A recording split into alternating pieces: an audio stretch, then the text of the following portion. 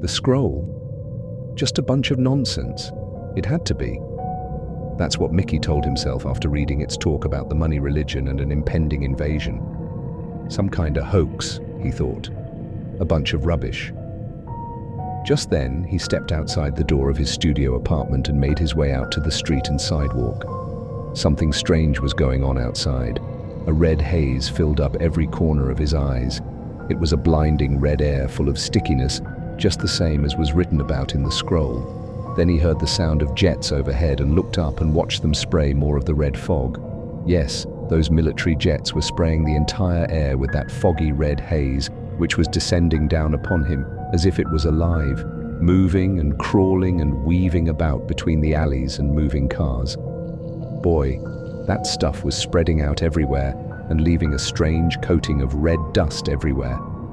The dust covered everything, car hoods and gutter curbs, windows and rooftops. And boy, did the air smell terrible, like rotten eggs and burning hair, with a touch of metallic exhaust, like being under a drill in a dentist chair with your hair on fire under a plate of hard-boiled eggs.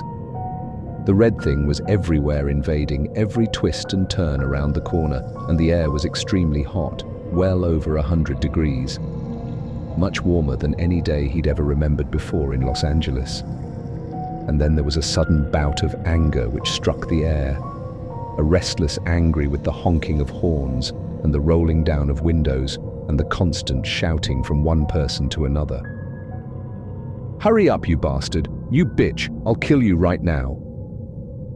Those screams were coming from every direction of the intersection, from every man and woman. There was anger in the air. All of a sudden, everyone was angry. It was like the fog had triggered the nasty impulse in every human. Even the panhandlers took to the streets with a wrath and started pounding on car hoods and windows. One of them headed for Mickey. He recognized the face, Bobby Wells. Yes, Bobby, who always good for a friendly chat on the way to the bus. "Hey Mick, are you going to spit in my face today too? Are you going to pull a gun on me because I ask you for a quarter again? Is that how you're going to be to me too, is it? Is it, Mick? Huh, man. Maybe I should spit in yours first this time, and kick you in the balls." "Now hold on, Bobby, just hold on. Who the hell just spit in your face?" "That old church bastard, Fox." "The priest?" Yeah, that phony jerk," Bobby said. "I had a fucking creep up on him later at the church and take a knife right to his heart and cut it out. You know, cut it out and stuff it in his mouth. Yeah, he'll eat crow all right, and I'll make him." Just then, the Bobby started to scream and swing his hands and then ran off down the street. Mickey didn't know what had gotten into the guy. Bobby was never like that, not ever, and Bobby never did drugs either. Heck, Bobby was always good for a friendly conversation on the way to the bus. Always shared empathy for Mick, saying how much he used to be like him, having to go to work for the beast before it broke his spirit.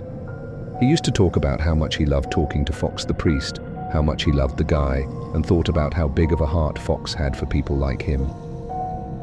Bobby said Fox used to help him the most, more than anyone else on the street. What the hell got into Bobby? That wretched red fog? It was everywhere, blinding out everything, and it seemed to be alive, forming shadows and shapes in the air, moving around as if it were a serpent, a snake, a dragon, and even worse, a worm. Yes, a living worm that seemed to make everyone angry, very angry. Just then, he saw a gang of homeless women storm the sides of a bank building. In no time, Bobby Wells ran over to join them. They started swinging baseball bats and pipes at the windows. No luck in breaking the glass, so they started smashing out the windows of parked cars at random. Shattered glass was flying everywhere, all of them chanting, "Fuck the president, fuck them, enough is enough, we want our fair share too, give us our fair share." A Molotov cocktail hit the side of the bank building. A burst of flames lit up the air. All hell was breaking loose, and Mickey knew he had to get the hell out quick, real quick, or else.